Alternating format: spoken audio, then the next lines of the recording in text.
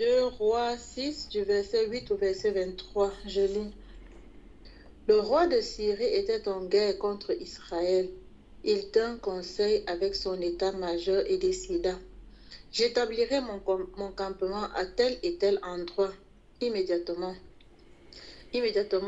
l'homme de Dieu fit dire au roi d'Israël: garde-toi bien de passer par tel endroit, car les Syriens y ont pris possession. Alors le roi d'Israël envoya quelques hommes en reconnaissance à l'endroit que lui avait signalé l'homme de Dieu. Cela se produisit à plusieurs reprises, au point que le roi de Syrie en fut profondément troublé. Il convoqua ses officiers et leur dit: ne voulez-vous pas me dire, oui, qui parmi nous est du côté du roi d'Israël? L'un de ses officiers lui répondit: personne, mon seigneur, le roi. C'est Élisée, le prophète d'Israël, qui révèle à son roi jusqu'aux paroles que tu prononces dans ta chambre à coucher. Le roi dit: allez voir où il se trouve, pour que je puisse le faire saisir. On vint lui annoncer: il est à Dothan. Le roi y envoya une forte troupe de soldats avec des chevaux et des chars. Ils arrivèrent de nuit et cernèrent la localité. Le lendemain matin, le serviteur de l'homme de Dieu se leva de bonne heure et sortit. Il vit qu'une troupe entourait la cité avec des chevaux et des chars. Le serviteur dit à son maître: ah, mon seigneur, qu'allons-nous faire? Élisée répondit: n'aie pas peur, car ceux qui sont avec nous sont plus nombreux qu'eux. Puis il pria: Éternel, je t'en prie, ouvre-lui les yeux pour qu'il voie. L'Éternel ouvrit les yeux du serviteur qui vit la montagne pleine de chevaux et de chars de feu autour d'Élisée. Les Syriens se dirigeaient vers Élisée. Celui-ci pria l'Éternel en disant: je te prie, frappe d'aveuglement toute cette troupe. Et l'Éternel les frappa d'aveuglement comme Élisée l'avait demandé. Élisée dit aux soldats: vous n'êtes pas sur le bon chemin. Ce n'est pas ici la ville où vous voulez aller. Suivez-moi et je vous conduirai vers l'homme que vous cherchez. Et il les conduisit à Samarie. Lorsqu'il fut arrivé à Samarie, Élisa pria encore: Éternel, ouvre les yeux de ces hommes pour qu'ils voient maintenant. L'Éternel leur ouvrit les yeux et ils s'aperçurent qu'ils étaient à l'intérieur de la ville de Samarie. Lorsque le roi d'Israël les vit, il demanda à Élisée: dois-je les tuer, mon père? Non, lui répondit Élisée, ne les tue pas. Massacres-tu des soldats que tu as capturés grâce à ton épée ou ton arc? Au contraire, fais-leur servir du pain et de l'eau pour qu'ils mangent et qu'ils boivent, puis qu'ils retournent chez leur souverain. Alors le roi d'Israël leur fit servir un repas copieux. Ils mangèrent et burent, puis il les renvoya et ils retournèrent chez leur souverain. Depuis lors, les troupes syriennes cessèrent leur incursion sur le territoire d'Israël. Quelque temps plus tard, Ben-Hadad, le roi de Syrie, mobilisa toute son armée et alla mettre le siège devant Samarie. Pendant que le siège de la ville se prolongeait, une grande famine y sévissait au point qu'une tête d'âne valait 80 pièces d'argent et une livre de pois chiche 5 pièces d'argent. Un jour, le roi d'Israël Allô? passait sur le... Allô? Amen. Merci, Sista. Tu peux t'arrêter là. Sois abondamment béni. Merci beaucoup.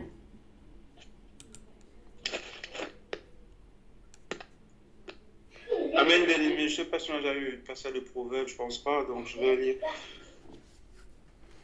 Proverbe 21 à 22. Si ton ennemi a faim, donne-lui du pain à manger. S'il a soif, donne-lui de l'eau à boire. Car ce sont des charbons ardents que tu amasses sur sa tête, et l'Éternel te récompensera. Amen.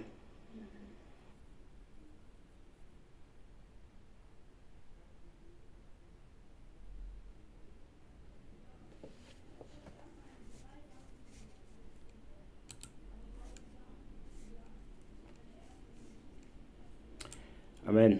Amen. Je vais lire Romains chapitre 12, le verset 19 au verset 21. Ne vous vengez point vous-même, bien-aimés, mais laissez agir la colère, car il est écrit, à moi la vengeance, à moi la rétribution, dit le Seigneur. Mais si ton ennemi a faim, donne-lui à manger. S'il a soif, donne-lui à boire, car en agissant ainsi, ce sont des charbons ardents que tu amasseras sur sa tête. Ne te laisse pas vaincre par le mal, mais surmonte le mal par le bien. Amen. Il nous reste Matthieu. Est-ce qu'un frère ou une sœur a trouvé Matthieu? Amen. Matthieu 5, du verset 43 au verset 45. Vous avez appris qu'il a été dit, tu aimeras ton prochain et tu haïras ton ennemi. Eh bien, moi, je vous dis, aimez vos ennemis et priez pour ceux qui vous persécutent. Ainsi, vous vous comporterez vraiment comme des enfants de votre Père céleste, car lui, il fait luire son soleil sur les méchants aussi bien que sur les bons, et il accorde sa pluie aux justes comme aux injustes. Amen. Amen. Oui, je voulais dire au frère Darrell, il a écrit Romains 20, 19 à 21, c'est Romains 12. Amen. Ok, amen. Merci pour la rectification. Effectivement, c'est Romains chapitre 12. Amen. Merci beaucoup pour votre lecture. Merci beaucoup pour votre disposition. Que le Seigneur vous bénisse abondamment. Qu'il bénisse aussi ceux qui ont eu la motivation de pouvoir lire. Mais ça sera certainement une prochaine fois.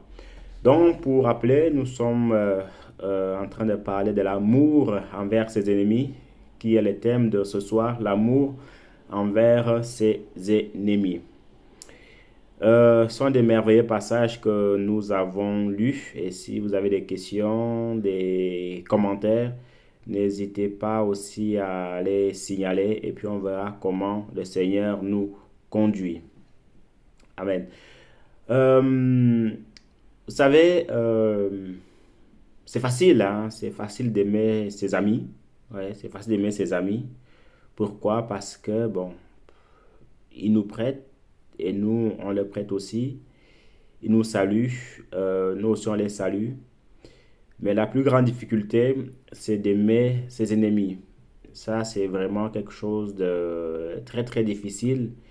Et c'est là que le Seigneur veut qu'on travaille. Et c'est là la grande difficulté de l'être humain. Et c'est justement là que le Seigneur nous attend. Et même moi qui vous parle, c'est un travail qu'il faut faire. C'est un vrai travail qu'il faut faire. Et donc, ce n'est pas un message qui concerne seulement les autres. C'est un message qui concerne premièrement le prédicateur lui-même.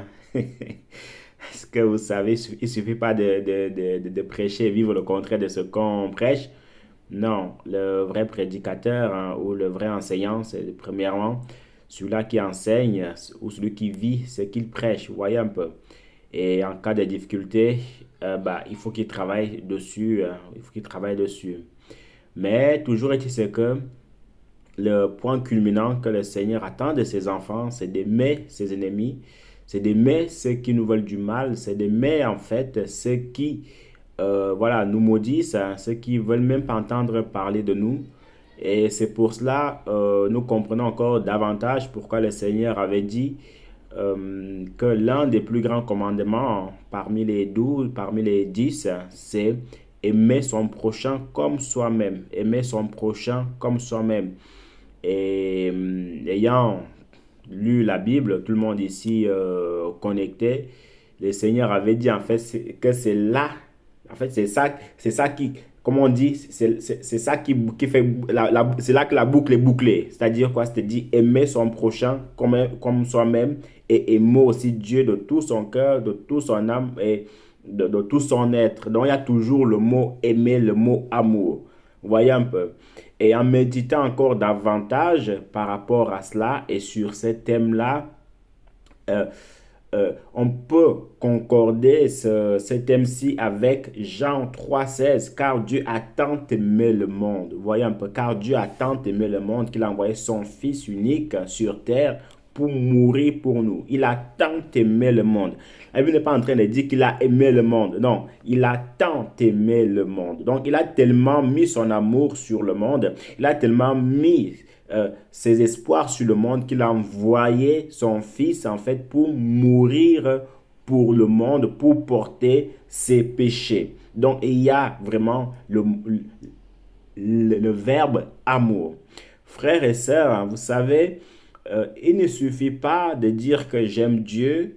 Il ne suffit pas de dire que je crois en Dieu, j'ai lu ma Bible, je suis prédicateur, je suis pasteur, je suis apôtre. Non, toutes ces choses-là sont bonnes, il n'y a pas de problème, voyez-vous. Mais si on n'a pas l'amour du prochain, si on n'a pas vraiment cette capacité-là de saluer ce qui ne nous salue pas, d'aimer notre frère, notre sœur, notre prochain, honnêtement, tout cela ne sert pas à grand-chose. Voyez? Et c'est pour ça encore l'apôtre Paul avait dit dans le livre de Corinthiens que quand je donnerai en fait mon corps à être brûlé, quand je donnerai tout le bien aux gens, mais si je n'ai pas d'amour, je ne suis rien. Si je n'ai pas d'amour, je ne suis rien. On peut même dire en fait que le commandement sur l'amour ou le verbe amour, c'est vraiment en fait c'est ça qui vient couronner toute chose en fait. Ça qui vient couronner toute chose. Il faut avoir l'amour du prochain.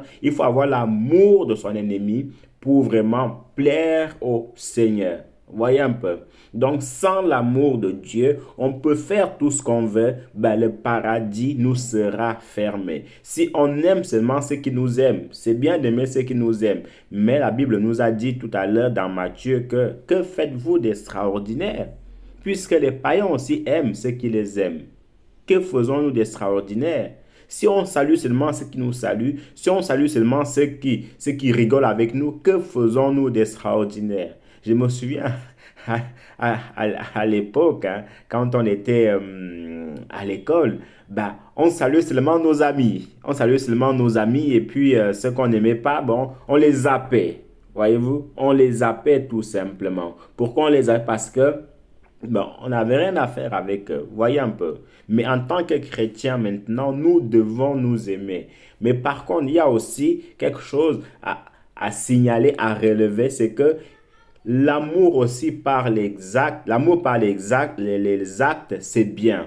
Mais malheureusement, parfois, on voit des personnes montrer certains actes envers son frère, envers son prochain, mais le fond du cœur, le cœur est encore noir. Voyez, le cœur est encore noir. Pourquoi le cœur est noir? Parce que il n'y a pas d'amour. Raison pour laquelle il y a des gens qui méditent le mal contre leur prochain. Il y a des gens qui souhaitent le mal de leur prochain. Pourtant, la plupart de ces gens-là aussi, quand ils voient ces prochains-là, ils sourient, ils font semblant que tout va bien, alors que tout ne va pas bien. Et ça, c'est encore une erreur grave que les enfants de Dieu commettent. Voyez un peu.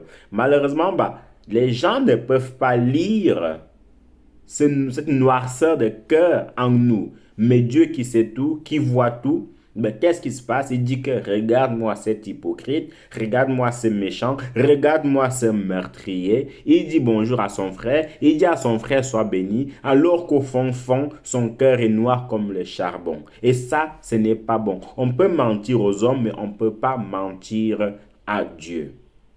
Voyez un peu. On a lu ces merveilleux versets. Si on peut les commenter, premièrement dans 2 Rois chapitre 6, le verset 8 au verset 23 que la sœur a lu. Voilà ce qui s'est passé. Le roi de Syrie devait aller en guerre. Voyez un peu. Et à cette époque-là, c'était le prophète Élisée qui était en fonction. Vous voyez un peu. Et qu'est-ce qui s'est passé? Pendant que ce roi-là Ben-Hadad donnait en fait ses directives pour aller attaquer Israël, le prophète Élisée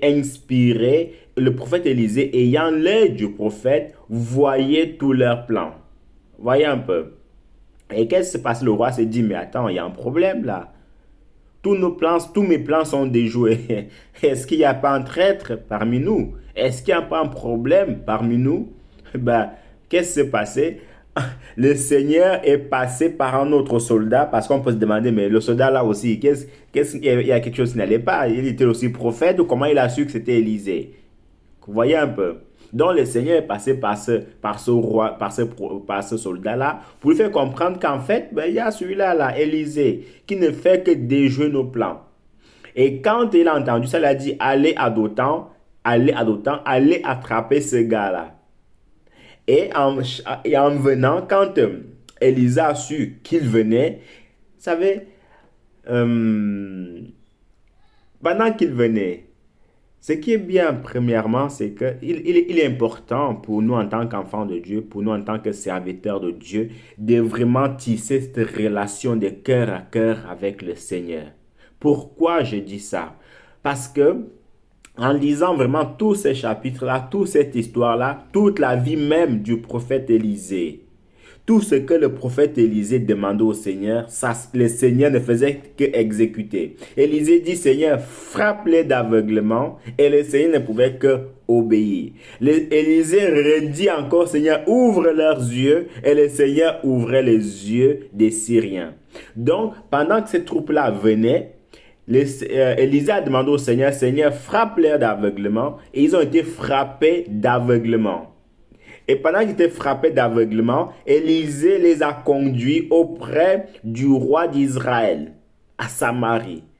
Et donc, c'est comme si en fait on avait bandé leurs yeux. On avait bandé leurs yeux.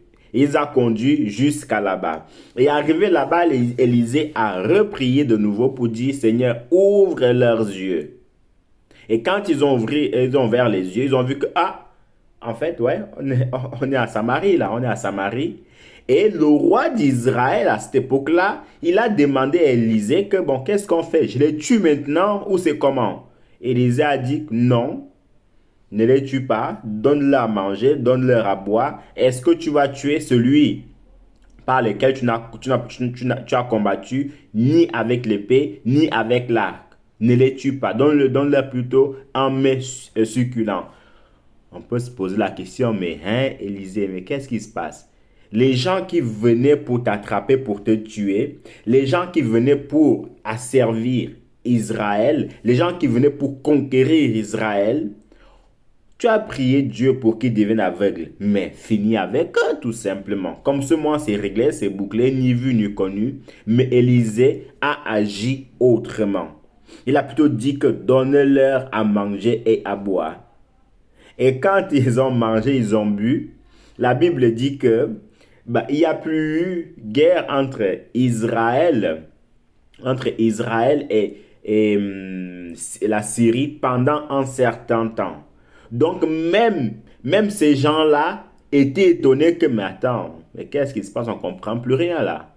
Ils devaient nous tuer, mais ils nous laissent la vie sauve. Vous voyez un peu?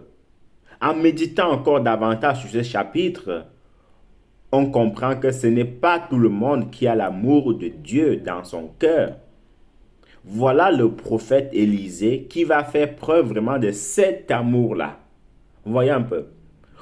En revenant aussi sur l'histoire de Samuel, 1 Samuel 24, verset 1, verset 12 que nous avons lu.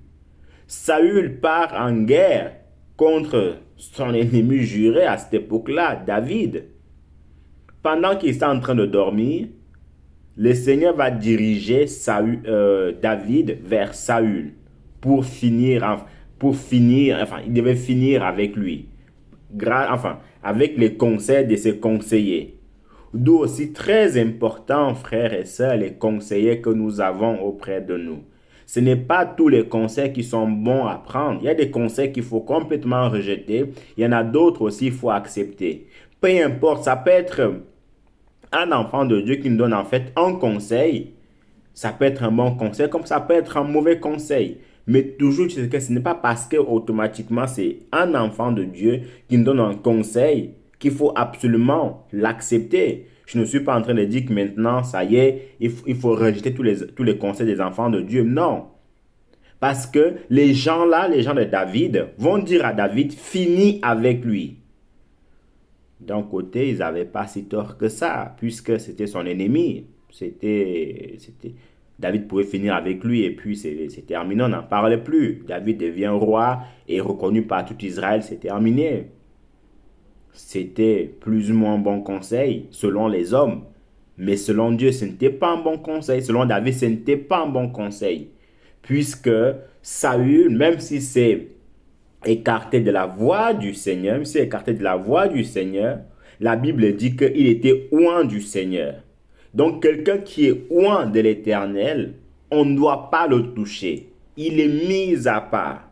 Voyez un peu. Et David ne voulait pas courir ce risque-là de toucher à loin de l'Éternel. Voyez un peu. Toucher loin de l'Éternel, c'est chercher des problèmes avec le Seigneur. Donc, il a préféré dire non. S'il faut que Saül meure, il ne mourra pas par mes mains. Il ne mourra pas par moi. Voyez un peu.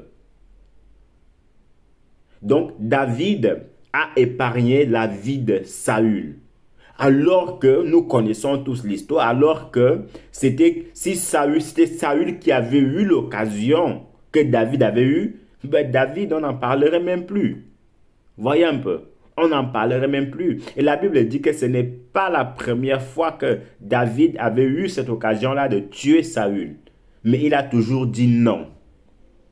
Et ça, si on n'a pas le cœur de Dieu, on ne peut pas, arriver à ce niveau-là. Si on n'a pas cette finesse-là de dire que non, je ne ferai pas ça, on ne peut pas y arriver. Voyez un peu, on ne peut pas y arriver. Et c'est pour cela, David avait été qualifié de l'homme selon le cœur de Dieu. L'homme selon le cœur de Dieu. Et pour être l'homme selon le cœur de Dieu, il faut poser des actions qui ressemblent au Seigneur. Il faut poser des actions qui honorent le Seigneur tout simplement.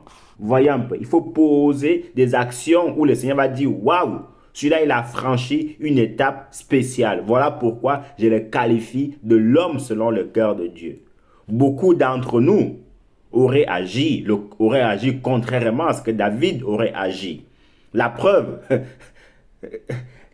que ça soit au boulot, que ça soit même au milieu de nous, nous avons encore ces cœurs-là, ces cœurs d'homme que, voilà, il m'a fait du mal, alors je vais essayer de le tacler, je vais essayer d'agir autrement. Et ça, c'est la chair qui est mise en valeur par rapport à cela. Et le Seigneur ne veut pas de cela. Vous voyez un peu. Frères et sœurs, c'est vrai, ce n'est pas du tout évident. Ce n'est pas du tout évident. Et c'est là qu'on reconnaîtra vraiment que nous avons fait un pas de plus pour le Seigneur. Quelqu'un qui vous maltraite, quelqu'un qui bafoue votre autorité, quelqu'un qui parle mal de vous, quelqu'un qui fait de vous la risée de tout le quartier, quelqu'un qui vous expose partout, le Seigneur vous dit aimez-le. Seigneur, c'est pas évident. Hein? Parfois, vous savez, il y a des choses sur lesquelles le Seigneur nous fait passer pour nous briser nous-mêmes en fait. Pour nous briser, pour voir qu'est-ce qu'on va faire face à cette situation-là. Comment est-ce qu'on va agir?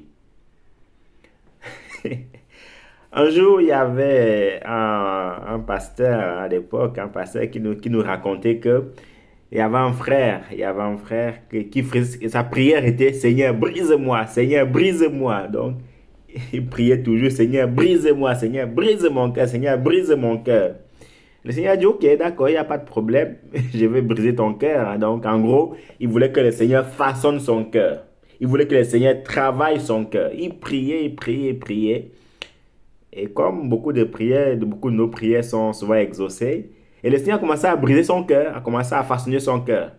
Et le brisement était tellement gravissime que le frère dit non, Seigneur, là, c'est de trop. Tu m'as trop brisé là, c'est trop. Je veux plus ce brisement-là. Voyez un peu. C'est-à-dire quoi? C'est-à-dire parfois, nous faisons aussi des prières, Seigneur, aide-moi. Seigneur, donne-moi ton cœur. Seigneur, donne-moi le cœur de David. Et quand le Seigneur veut nous donner en fait ce cœur-là, on se dit non, c'est de trop. Ou on n'arrive pas à poser des actes qui ressemblent aux actes de David. Donc, sincèrement, frères et sœurs, prions, ne cessons jamais de prier pour que le Seigneur nous donne ce cœur-là, tout simplement. Il ne suffit pas de l'avoir par la bouche. Voyez un peu. Il suffit aussi de l'avoir par les actes et encore davantage par les pensées que nous avons dans nos cœurs envers notre collègue, envers notre frère, envers notre sœur. Voyez un peu. Parce qu'on peut se cacher sous des actions, mais si notre cœur est noir, c'est qu'on n'a pas encore compris comme le Seigneur veut qu'on comprenne. Le chapitre 25 de Proverbes 20, 21 à 22, qui complète ce que Romains 12 nous dit, « Mais si ton ennemi a faim, donne-lui à manger, s'il a soif, donne-lui à boire. Car en agissant ainsi, ce sont des charbons ardents que tu amasses sur sa tête. » Voyez un peu. Ça veut dire quoi? Ça veut dire que, en général, quelqu'un de réfléchi, quand même en fait il va vous maltraiter, quand même en fait il va vous persécuter, quand même en fait il va être méchant envers nous. Mais si on agit comme le Seigneur vient de nous dire dans Romains 12, frère et sœur, cette personne va revenir en elle-même, va revenir dans son bon sens, va dire, celui-là, depuis que je le persécute, pendant que moi je le persécute, lui me fait du bien. Pendant que je parle mal de lui, pendant que je ne souhaite que sa mort, mais lui me veut du bien. Et cette personne-là, en fait, elle va se convertir, ce n'est pas encore converti, ou elle va venir auprès de nous pour nous dire, je n'ai jamais vu une telle personne.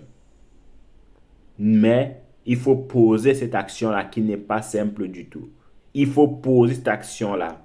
Et c'est là qu'on accomplira véritablement la volonté de Dieu. Voyez un peu, frères et sœurs, l'amour de Dieu envers ses ennemis. Beaucoup d'entre nous, on doit encore travailler sur ça. Comme David avait agi, le Seigneur a besoin qu'on agisse aussi ainsi. Comme le prophète Élisée a agi, le Seigneur veut aussi en fait qu'on agisse ainsi. Et dans Matthieu chapitre 5, le Seigneur nous dit, vous avez appris, oui.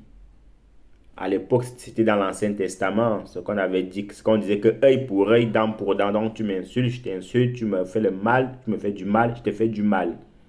Donc œil pour œil, dent pour dent, pied pour pied, vie pour vie. Comme ce moment, il y a égalité et chacun recevra pour sa part.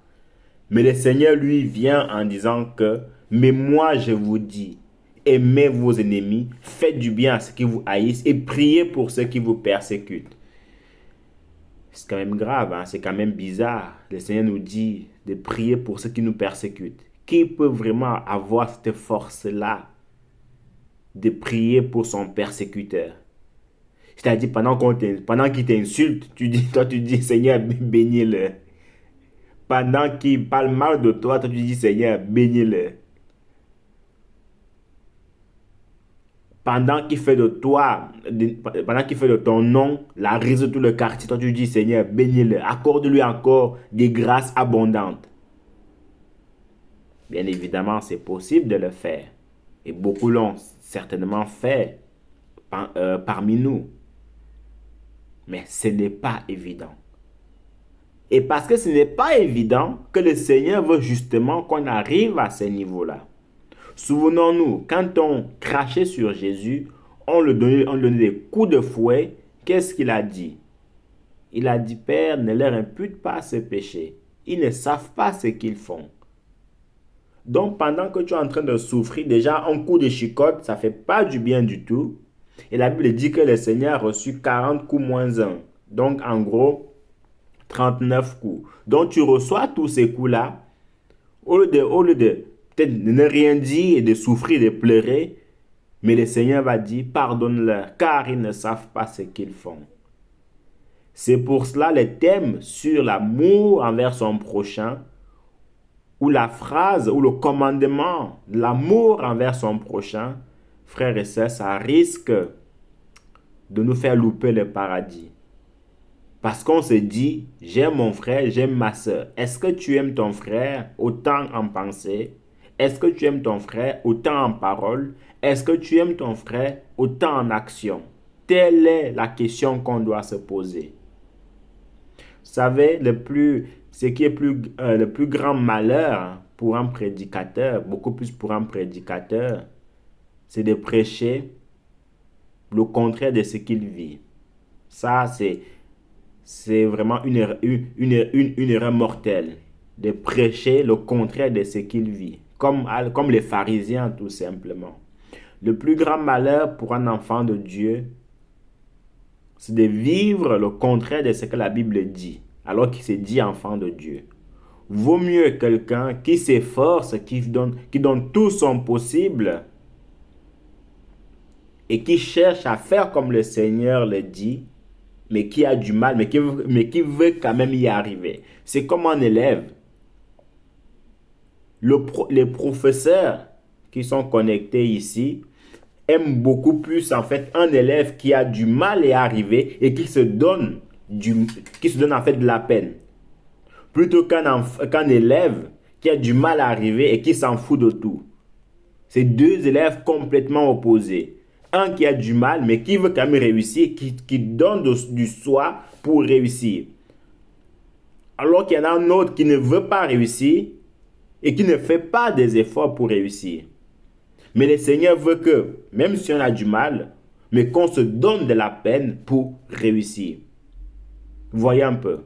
Et c'est encore mieux celui-là qui réussit et qui continue à se donner la peine pour réussir.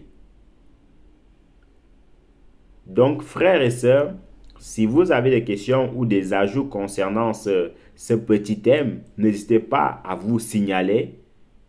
N'hésitez pas à vous signaler. Mais ce que je peux déjà dire, c'est que, mon frère, ma sœur, battons-nous, faisons tout notre possible pour avoir de l'amour envers notre prochain, envers ceux qui nous font du mal. Le commandement sur l'amour, ce n'est pas un petit thème. Ce n'est pas un petit mot. Ce n'est pas de la blague. Si on n'a pas l'amour avec notre prochain, le paradis nous sera fermé. Parce que sur les 10, en fait, c'est ça qui doit attirer notre attention. Comment est-ce que seulement sur les 10 commandements, le Seigneur dit que, sur ces 10, il n'y en a que 2 qui résument tous ces commandements-là. Et sur ces 2 commandements-là, c'est l'amour, c'est le verbe amour qui revient.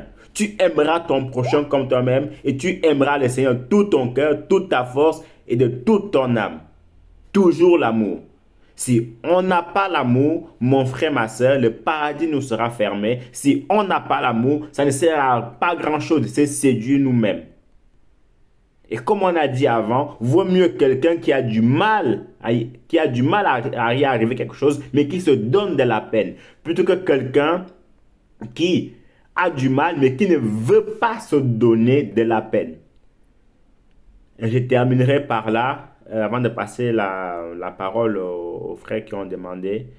Sincèrement, moi, ce qui me fait peur, ce qui me fait peur en tant qu'enfant de Dieu, en tant que peut-être aussi prédicateur, c'est que le Seigneur me dise au dernier jour, je ne t'ai jamais connu.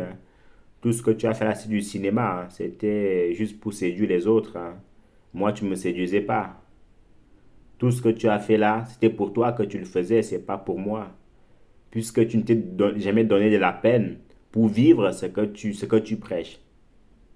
Après tant d'années, tant de jeunes, tant de nombre de jeunes, tant de temps accordé à la prédication, tant de temps accordé à la méditation, tant de temps accordé aux retraites spirituelles, tant de temps accordé à l'exhortation des frères et sœurs, je ne t'ai jamais connu. Ça, c'est une décision qui ne fait pas du bien du tout. C'est pour cela, frères et sœurs, efforçons-nous à mettre en pratique ce que le Seigneur nous dit. Efforçons-nous à nous aimer les uns les autres dans tous les sens du terme. On ne peut pas se dire chrétien et nous détester mutuellement. On ne peut pas se dire chrétien en parlant mal d'un frère, en parlant mal d'une sœur. On ne peut pas se dire chrétien en prenant le nom d'un frère, en prenant le nom d'une sœur ou en prenant le nom de notre collègue et le propager partout. Non, ce n'est pas de l'amour ça. Ce n'est pas de l'amour du tout. Donc, on va laisser la parole à l'allo du frère Bertrand. Il y a aussi une question, après quoi nous allons avancer. Frère Bertrand, tu as la parole. Amen, bien-aimé. Bonsoir à tous les bien-aimés, bonsoir à toute l'Assemblée. Merci infiniment, bien-aimé, de m'avoir accordé ce coup de main, bien-aimé. Sois béni, frère. Une fois de plus, bonsoir à tous les bien-aimés. Oui, frère, je voudrais sincèrement, bien-aimé, dire que le thème que tu abordes est un thème délicat, crucial, central, qui me fait un peu peur. Peur dans quel sens, bien-aimé? Peur dans le sens où ce que tu as dit est vrai. Dans ceci que si on ne fait pas attention à ce thème qui est l'amour du prochain, on risque de se retrouver à côté de la plaque. Je ne voulais pas dire loin de la plaque de Dieu. Oui, frère. Ça me fait un peu peur. Bien-aimé, j'ai une question. Et c'est un thème pratique. Ce n'est pas un thème abstrait, c'est un thème de tous les jours, bien-aimé. Bien-aimé, j'ai une question par rapport à l'amour des ennemis. Comment aimer l'ennemi? Je m'explique. Tu as un voisin, une connaissance, un frère de famille, un ceci, qui te déteste pour rien, qui te menace, qui t'a promis la mort. Toi, tu as pardonné. Tu as réussi à pardonner, frère, à l'autre côté de ton cœur. Maintenant, la Bible dit que tu l'aimes. Toi, tu le salues, lui n'a pas besoin de ta salutation. Est-ce que pour montrer que tu l'aimes ou bien pour vouloir l'aimer, dois-tu continuer à le forcer pour le saluer? Auquel cas ne verra-t-il pas cela comme étant de la faiblesse, comme tu es un animal, bien comme tu es en train de l'emmerder? Ou qu'est-ce qu'il faut faire? Deuxième cas. Frère, quelqu'un t'a menacé, t'a promis même la mort. Et ne donne même pas l'intention de vouloir se repentir de ce qu'il t'a fait. Est-ce qu'il faut que j'aille vers lui pour continuer à le saluer? Auquel cas il va me trouver comme un animal, comme un chien,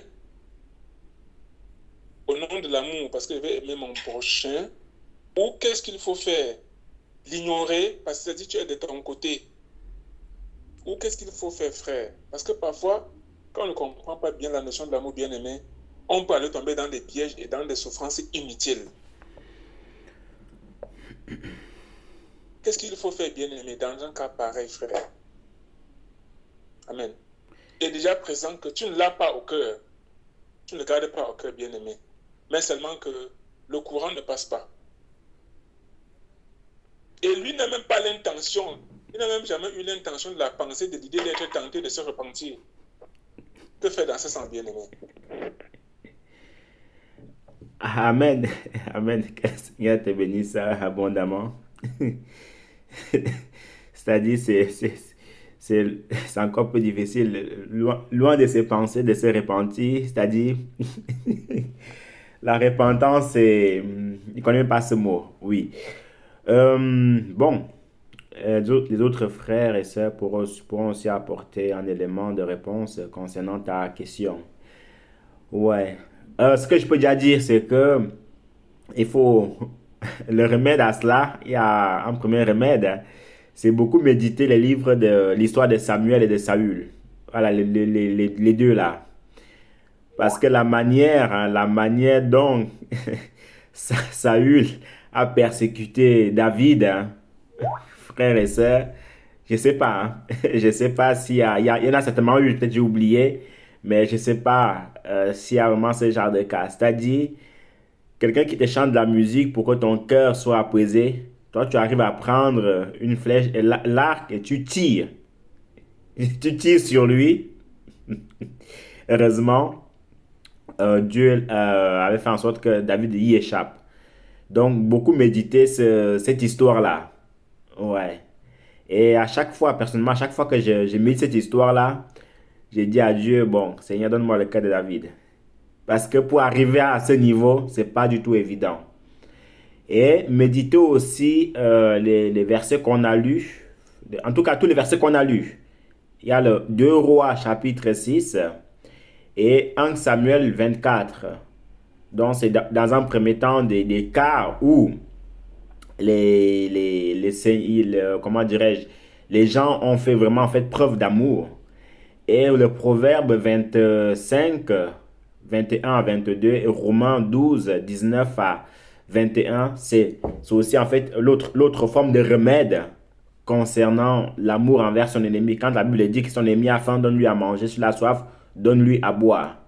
C'est le Seigneur qui le dit.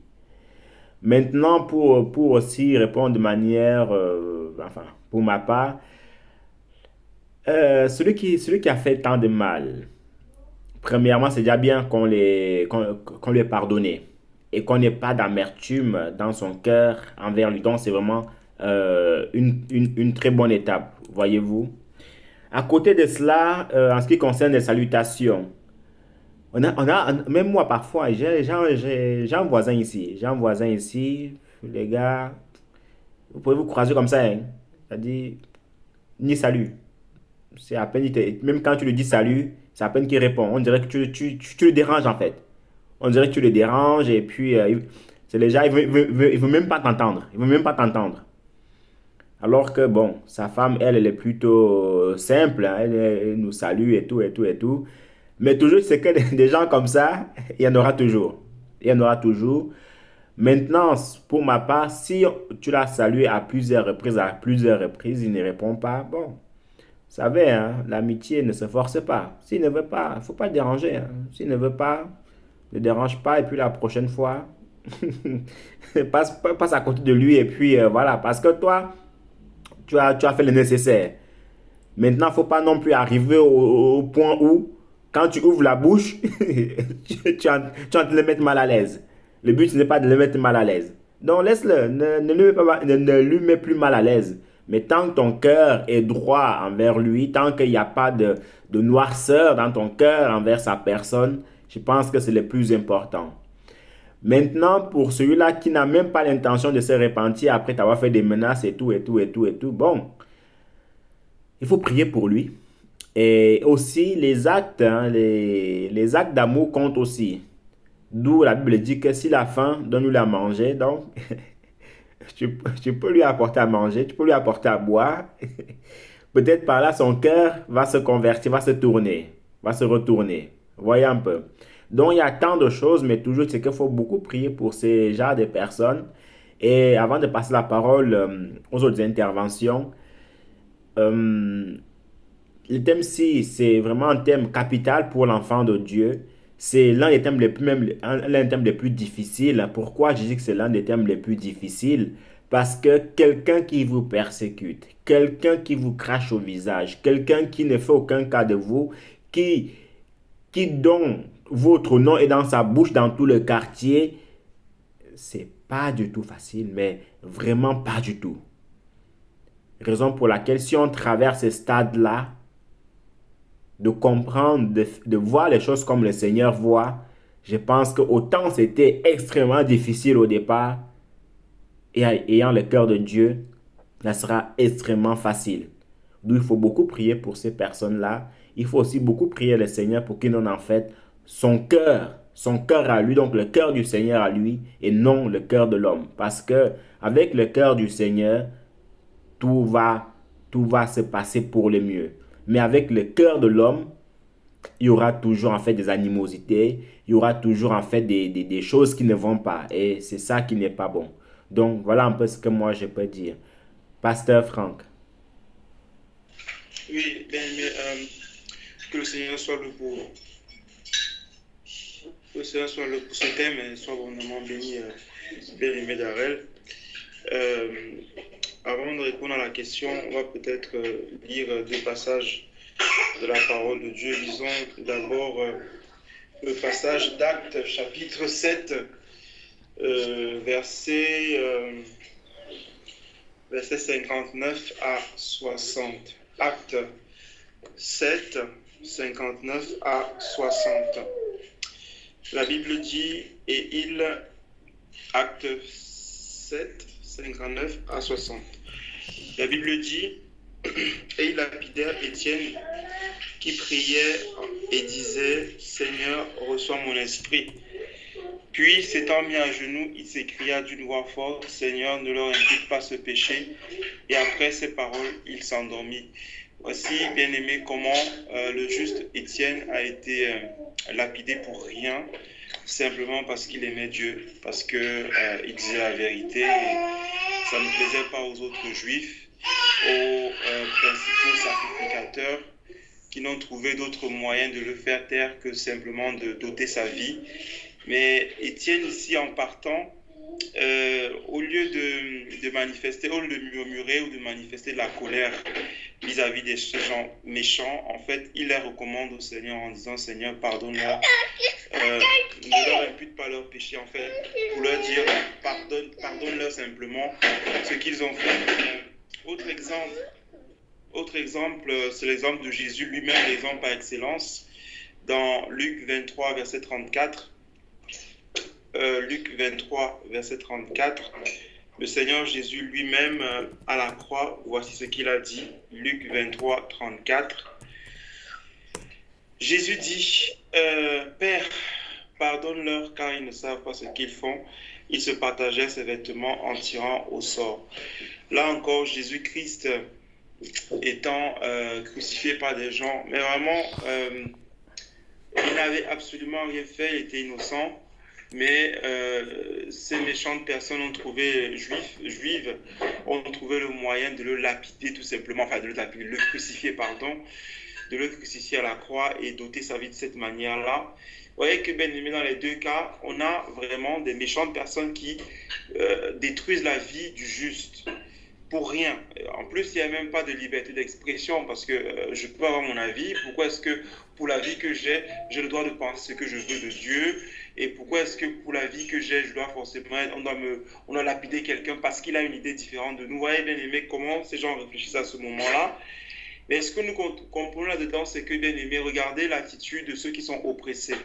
Ceux qui sont oppressés ici, Jésus et Étienne, qu'est-ce qu'ils font? Ils vont vers le Seigneur pour dire, Seigneur, vraiment, pardonne à ces personnes, aie pitié de ces personnes-là. Et c'est l'attitude que nous devons avoir. C'est vrai que, bien aimé, il faut le dire. Il faut le dire très, très clairement, c'est que ce n'est pas facile d'être humilié. On peut dire ce qu'on veut, frère, mais quand ça arrive, quand on nous frustre vraiment, quand on nous humilie, quand on nous méprise, frère, ce n'est pas facile. Ce n'est pas facile à encaisser, ce n'est pas facile à supporter. Et d'ailleurs, on retient d'ailleurs que il faut surtout pas jouer ce rôle-là de celui qui est là pour opprimer les autres, qui est là pour mépriser les autres, pour frustrer les autres, parce que c'est quelque chose qui est très difficile à accepter. Mais face à cela, donc, qu'est-ce qu'on fait? Face donc à ces personnes en face qui nous méprisent, nous humilient, qu'est-ce qu'on fait? Parce que le véritable problème, c'est que beaucoup d'enfants de Dieu, qu'est-ce qu'ils vont faire? Ils n'iront jamais vers Dieu présenter le problème. Ils n'iront jamais vers le Seigneur présenter le problème, mais qu'est-ce qu'ils vont faire? Soit ils vont murmurer, soit ils vont également répondre de manière méchante, soit ils vont totalement montrer à cette personne qu'ils les détestent aussi, et montrer à cette personne que ces personnes ne sont rien. Ils vont faire pareil.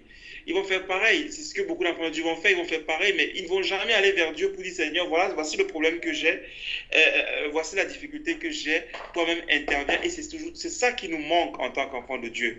C'est vraiment le fait d'aller vraiment vers le Seigneur, de dire, papa, tu vois la situation, tu vois mon cœur, tu vois ce que je subis, au roi de gloire, Dieu, pardonne-leur, ou bien transforme mon cœur. Parce que, bien aimé, si on ne va pas vers le Seigneur, eh bien, ça sera très compliqué pour que nous puissions passer outre. Parce que à un moment donné, on va dire, je l'ai salué une fois, il ne m'a pas répondu. Je l'ai salué la deuxième fois, il ne m'a pas répondu. La troisième fois, alors là, je lui ai dit sa vérité, je l'ai également insulté. Ouais. Donc, c'est comme ça qu'on va agir. C'est-à-dire qu'on va avoir un degré un degré pour supporter. Dès qu'on franchira ce degré-là, on va réagir également de manière violente, brutale, négative, malheureusement, c'est ce que beaucoup d'enfants de Dieu vont faire. Malheureusement, c'est ce que beaucoup d'enfants de Dieu vont faire. Mais est-ce que c'est ce que Jésus a fait? Jésus n'a pas fait ainsi, Étienne n'a pas fait ainsi. Alors que là, on parle d'un voisin qui ne nous salue pas. Ici, on parle de quelqu'un qui est en train de tuer.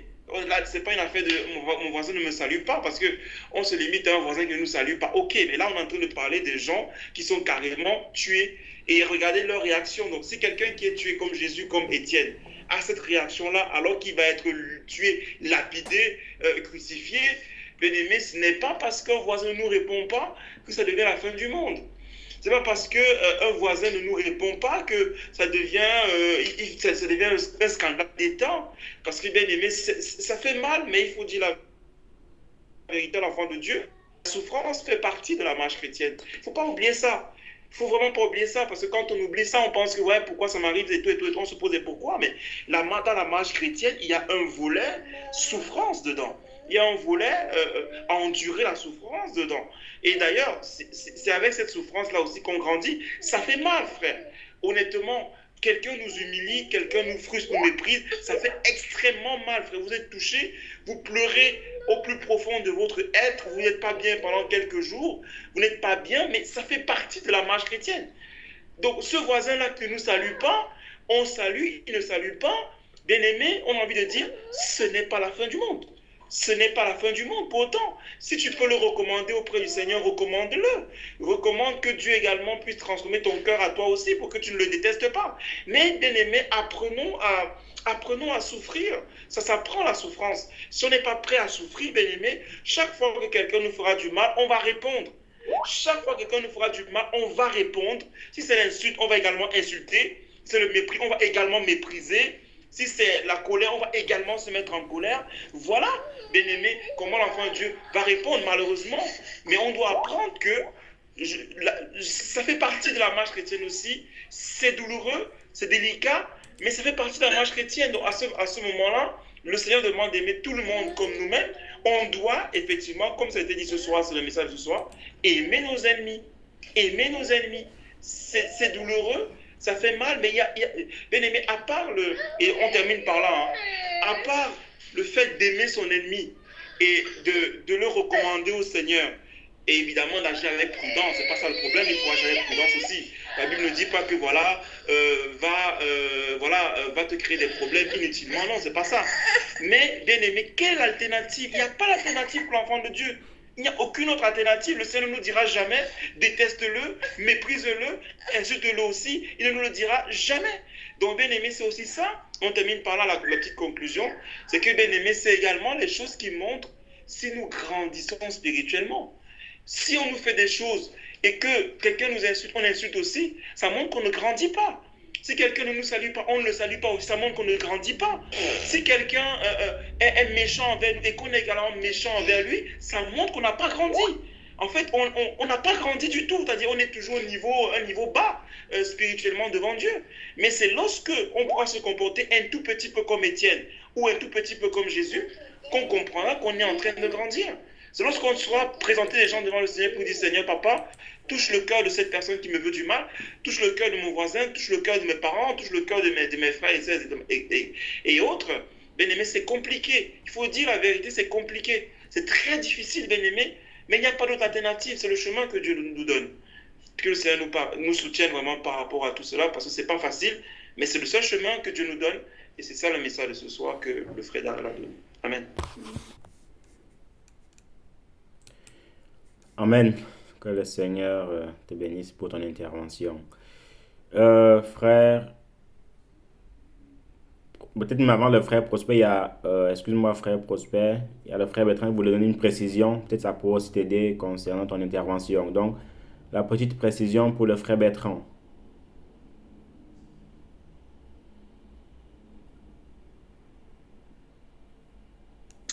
Amen, bien-aimé. Merci pour la parole, frère. Merci pour la patience des autres frères. J'espère que vous me recevez, bien-aimé.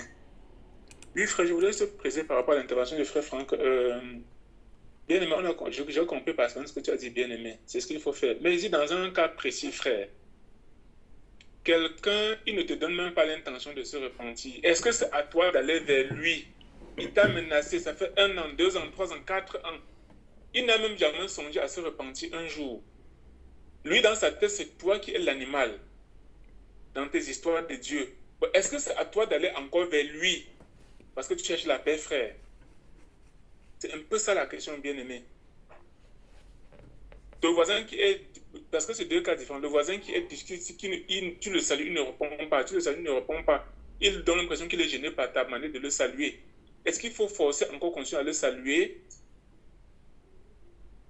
Amen, bien-aimé. Amen. Frère Prosper. Amen, amen. Que le Seigneur soit abondamment loué. Au fait, moi, il y a un conseil que je peux donner à tout un chacun de nous ici. Vous savez, quand on vient donner une intervention sur un cas spécifique, je crois que nous devons déjà garder l'intervention, savoir le message qui est derrière. Et là, maintenant, méditant dessus, même quand nous avons des scénarios ou bien des exemples, je crois que le Saint-Esprit nous parlera à chacun individuellement parce que chacun de nous, nous avons un cœur et dans ce cœur-là, il peut y avoir des éléments qui ne sont pas encore droits. Et c'est pour cela que les chrétiens de Béret, quand ils recevaient la parole de Dieu, au fait, ils allaient, ils méditaient. Et en méditant, comme la parole de Dieu, c'est une épée à double tranchante, c'est la parole de Dieu, c'est elle qui va nous corriger, elle est la meilleure placée pour nous corriger. Elle va nous corriger, parce que si on veut mettre beaucoup de scénarios ici, je crois qu'on ne pourra pas comprendre l'élément. L'élément ici, c'est qu'effectivement, nous devons aimer nos prochains.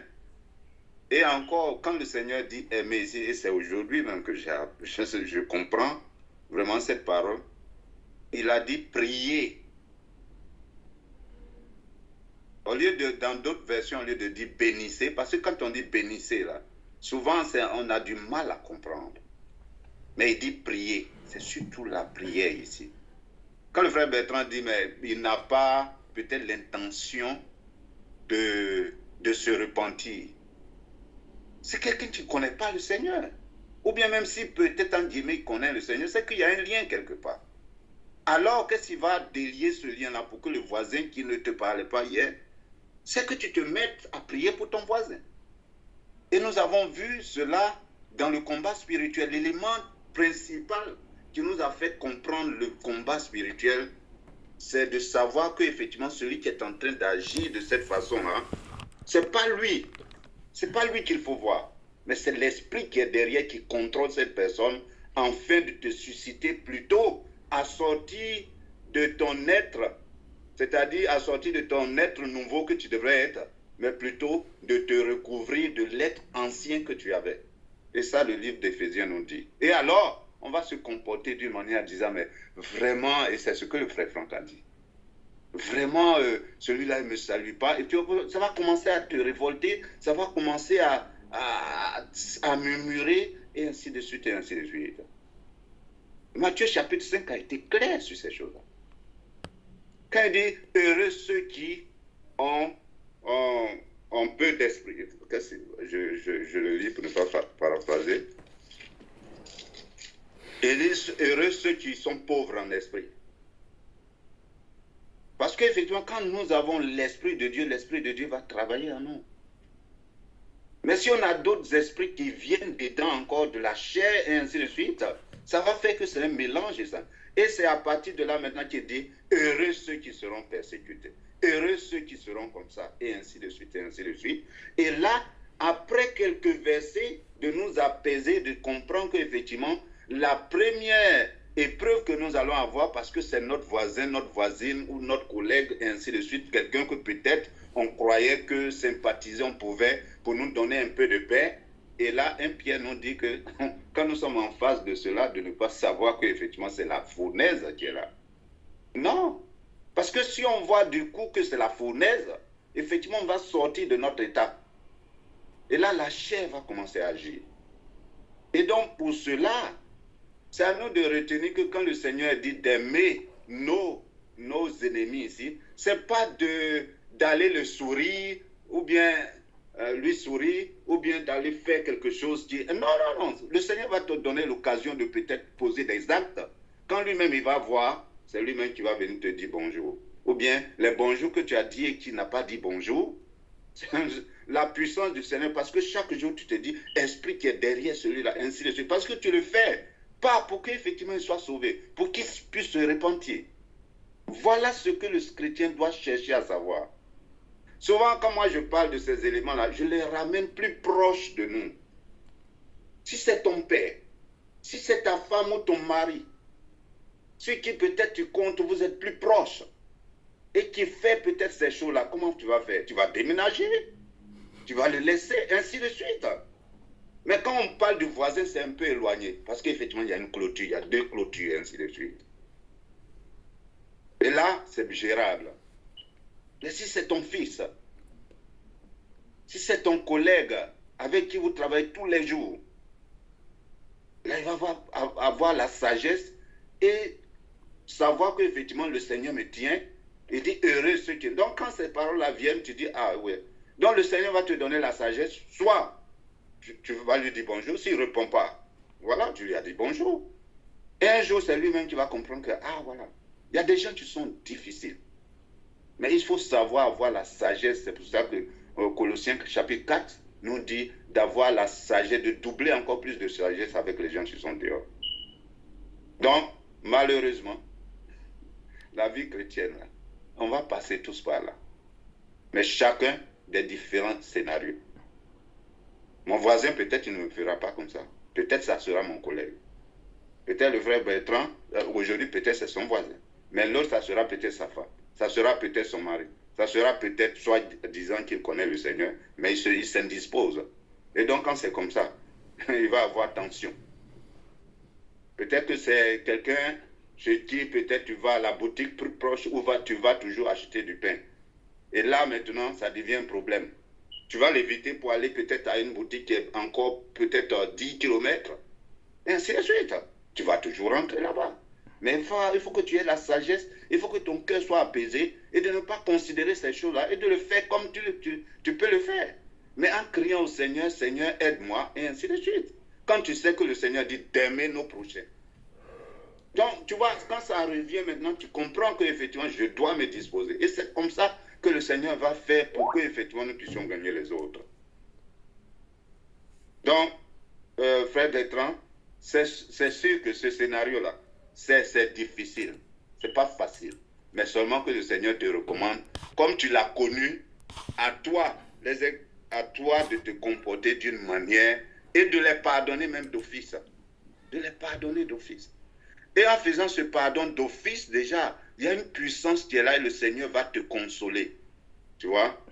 Le Seigneur te dit dans le psaume 147, le verset 3, qu'il console les cœurs qui sont brisés et il les pense. Dans le psaume 33, le Seigneur nous parle de tout cela. Il est avec ceux qui espèrent en lui. Et ainsi de suite. Parce que le cœur de Dieu sera dans la joie. Parce qu'effectivement, tu as ton espérance en lui. Parce qu'il est ton secours et ton bouclier. Et ainsi de suite. C'est lui qui va combattre pour toi. Donc, ne voyons pas ces choses-là charnellement. Bon, je ne dis pas que tu es charnel. Mais si nous les voyons d'une manière, effectivement, on va ouvrir une porte et Satan nous montre ça. Un peu maintenant, il y a la chair qui vient et après, on ne peut pas se contrôler. Donc, c'est difficile, ce n'est pas facile. Moi qui suis en train de te parler là, il y a des éléments qui sont devant moi, c'est difficile. La fois passée, je posais sur le découragement. Ça peut rentrer dans un découragement où finalement tu ne sais plus ce qu'il faut faire. Mais il faut avoir la maîtrise de soi. Donc de tels enseignements viennent nous booster pour qu'effectivement nous ne voyons pas ces choses-là, pour que la chair plutôt se montre et qu'effectivement nous ne voyons pas la grâce de Dieu. Heureux ceux qui sont persécutés. Et la persécution, elle est de différentes manières. Que le Seigneur nous bénisse. Amen, amen, amen. Sois béni, frère Prosper. Frère Salomon.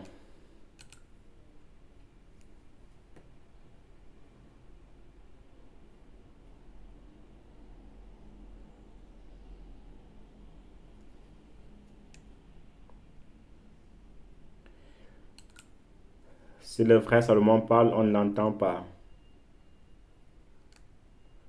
Ok, peut-être plus tard. Frère Donald. Amen. Merci pour la parole, frère Darrell. Oui, j'aimerais partager quelques passages avec vous sur le thème l'amour que tu as abordé. Il s'agit du verset dans le livre de 1 Jean, chapitre 4, verset 7. Le Seigneur nous dit ceci. Bien-aimés, aimons-nous les uns les autres, car l'amour est de Dieu, et quiconque aime est né de Dieu et connaît Dieu. Donc nous comprenons clairement que l'amour dont le frère nous a parlé en cette soirée, ce n'est pas quelque chose qui est cultivé par nous, ce n'est pas quelque chose qui vient de nous, mais c'est quelque chose que Dieu nous donne. Quand nous naissons de nouveau, nous recevons l'amour de Dieu. Cet amour, ce n'est pas quelque chose qui vient parce que nous nous efforçons, non, mais quand nous naissons de nouveau, nous recevons cet amour de Dieu. Et cet amour, elle se cultive au fur et à mesure que nous grandissons dans la marche chrétienne. Grandir comment? C'est-à-dire méditer la parole, l'accepter, la mettre en pratique dans notre vie. Quand nous agissons ainsi, cet amour se développe en nous et cet amour grandit. Et le Seigneur nous dit également dans un instant, le Seigneur nous dit dans le livre de Jean 15, verset 10, le Seigneur nous dit ceci. Si vous gardez mes commandements, si vous demeurez dans mon amour, de même que je garde les commandements de mon Père, je demeure dans son amour. Si vous gardez mes commandements, vous demeurerez dans mon amour, de même que j'ai gardé les commandements de mon Père et que je demeure dans son amour. Nous comprenons clairement que pour garder cet amour dont le frère est en train de parler, ce n'est pas quelque chose qui vient de nous, mais nous recevons de Dieu. Et pour la conserver, pour que cet amour reste dans notre cœur, nous devons mettre en pratique la vérité. Nous devons mettre en pratique la parole de Dieu dans notre vie. Ce n'est que de cette façon que nous avons vraiment l'amour véritable de Dieu. Cet amour, ce n'est pas quelque chose qui vient de nous, mais nous recevons de Dieu. Et cet amour, la Bible nous dit que cet amour, c'est Dieu. Et nous savons également qu'il y a un autre verset qui nous dit que les fruits de l'esprit sont également l'amour. Donc, quand l'esprit de Dieu habite en nous, nous avons également l'amour. Donc, nous comprenons clairement que cet amour, c'est Dieu. C'est Dieu qui vit dans notre cœur. Et ça vient de Dieu. Et pour la maintenir vraiment vivant, c'est dans la mise en pratique de la parole de Dieu. Nous devons vraiment obéir à ses commandements. Et quand nous agissons ainsi, cet amour demeure en nous. Face à n'importe quelle situation, nous serons prêts, comme le Christ, à mourir pour les autres. Parce que c'est très difficile. Quand quelqu'un vous fait vraiment mal, ça vous touche dans l'âme, vous êtes en train de déchirer, mais vous supportez, vous tolérez, vous surmontez cela. C'est à cet instant que vous vous rendez compte à quel point vous êtes vraiment avec Dieu. Parce que si vous n'avez vraiment pas l'amour dans la chair, par nos efforts, nous ne pouvons pas supporter quand on nous touche vraiment jusqu'à dans l'âme. Mais quand Christ vit en nous, quand cet amour vient en nous, nous pouvons supporter, nous pouvons tenir bien, parce que nous avons pitié de la personne qui nous fait du mal. Nous avons plutôt envie qu'il sauve son âme. Nous avons plutôt envie qu'il se repente. Amen. Soyez bénis. Amen. Sois béni aussi. Dernier alors du frère Jacques, et puis nous allons nous arrêter là. Donc, frère Jacques, en quelques petites minutes. Amen. Soyez bénis. Oui, je voulais intervenir sur ça parce que c'est un petit témoignage rapide parce que l'heure est dépassée. C'est que moi, j'ai vécu une situation pareille avec deux de mes collègues qui me disaient pas bonjour et qu'on se croisait et que pourtant, dans mon cœur, je croyais ne savoir rien fait. Et puis, j'ai prié le Seigneur pour cette situation et puis j'ai entendu une prédication où le pasteur disait que quand c'est comme ça, il faut aller vers ces personnes-là et leur parler. Et c'est ce que j'ai fait. Le Seigneur a bien fait les choses. J'ai été vers eux à part, et je leur ai dit, je ne sais pas si je vous ai fait quelque chose de mal, je vous demande de me pardonner. Ce n'est pas pour que j'ai besoin de votre amitié, hein, mais au moins on peut se dire bonjour. Et si je vois qu'on ne se dit pas bonjour, c'est que j'aurais compris que vous avez quelque chose contre moi ou que vous ne vouliez pas qu'on puisse avoir à se parler. Donc, quand j'ai fait cette démarche-là, je leur ai demandé pardon, chacun de leur côté. Ben, on ne s'est pas lié d'amitié, ces personnes-là. Mais la courtoisie voulait qu'on se dise bonjour. Et là, ça a apaisé les choses. Sans pour cela qu'on rentre, alors comment vas-tu, ça va, et la femme. Non, non. C'était simplement parce qu'on était des collègues, on travaillait ensemble. Et moi, j'ai été vers eux, je leur ai demandé si je leur ai fait un mal quelconque, de me pardonner. Peut-être que j'ai pu leur faire un mal et qu'ils m'en veulent. Et à ce niveau-là, c'est à ce moment-là que, après, ils ont continué. On se disait bonjour. Tout simplement, le bonjour simplement. Mais il n'y avait aucun autre échange. C'était juste pour faire ce petit partage. Soyez bénis. Amen, amen, amen. Que le Seigneur te bénisse abondamment pour ton témoignage. Que le Seigneur vous bénisse abondamment aussi pour toutes vos interventions qui étaient aussi très enrichissantes et très bénissantes. Aller vers ces personnes-là pour s'expliquer. Ce que je peux aussi dire pour clôturer, c'est que, bon, vous savez aussi en tant qu'enfant de Dieu, il faut bien qu'il y ait des saluts là, sur notre chemin. Il faut bien qu'il y ait des saluts sur notre chemin. Il faut bien qu'il y ait des persécuteurs sur notre chemin. Il faut bien qu'il y ait des rois de Syrie sur notre chemin. Sinon, la vie chrétienne serait très facile. Hein. Et s'il n'y avait pas Saül dans la vie de David, David n'aurait certainement pas été qualifié d'homme selon le cœur du Seigneur. Donc parfois, le Seigneur nous teste, nous met à l'épreuve par rapport à certaines choses.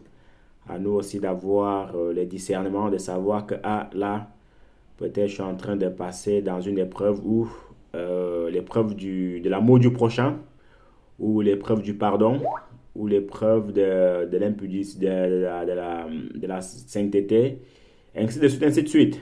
Donc, seulement être vraiment à l'écoute du Seigneur. Et puis, je pense aussi que par là, le Seigneur nous parlera. Des sols, il y en aura toujours. Donc, aimons-nous les uns les autres comme le Seigneur nous a aimés. Et c'est là le plus grand des commandements, l'amour. Merci, Père de gloire, Seigneur, pas pour ce moment. Merci, Père de gloire, Seigneur, pour ton amour. Tu nous as aimés en premier. Aide-nous aussi à aimer notre prochain. Aide-nous à voir, pas notre cœur à nous, mais ton cœur à toi, Seigneur, Papa. Car sans ton cœur, nous ne pouvons pas aimer comme tu veux qu'on aime. Éternel des armées, Seigneur, béni sois-tu, Seigneur, pour ton saint nom. Merci encore, Seigneur, mon Papa, pour la présence de ma soeur, pour la présence de mon frère. Merci encore, Seigneur, mon Papa, pour l'instruction. Sois béni, Père de gloire, pour ton saint nom.